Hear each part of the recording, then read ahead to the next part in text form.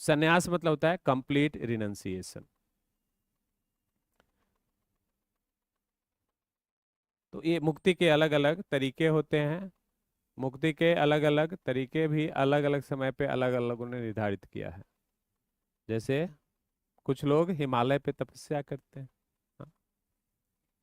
कुछ लोग कहते हैं कि नहीं, हिमालय पे तपस्या नहीं करना है, संसार में रहकर सांसारिकता का त्याग करना है।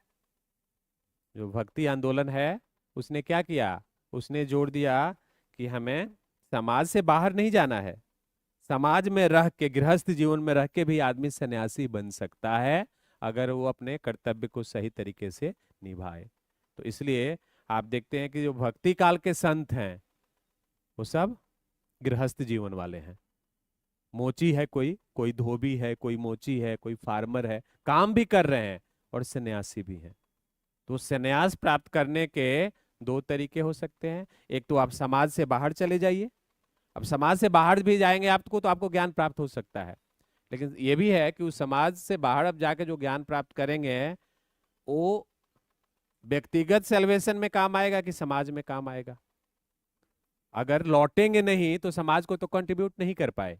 तो भक्ति आंदोलन ज्यादा व्यापक दृष्टिकोण को लेकर कहता है कि वो कहता है कि नहीं, है ना, इंगेज तो रहना है, इंटैंगल्ड नहीं होना है। There is difference between engagement and entanglement. मतलब डिटैच होना है, इन्वॉल्व भी, अटैच भी होना है, but with detachment. Attachment with the sense of detachment. संसार में रह के संसारिकता का त्याग करना ही सन्यासी आदमी को बनाता है, संत बनाता है।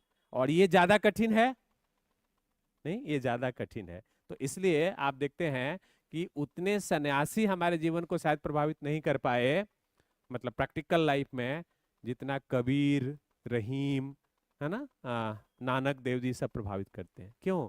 क्योंकि उन्होंने एक आदर्श प्रस्तुत किया कि भागना नहीं है, भाग कर जाएंगे कहाँ, रहना है यहीं पे, तो यहीं रह के अपने पोटेंशियल को दिखाना है। तो ये क्या था, जेस्ट था भक्ति मूवमेंट का। ठीक है, तो ये हो गया आपका। चलिए।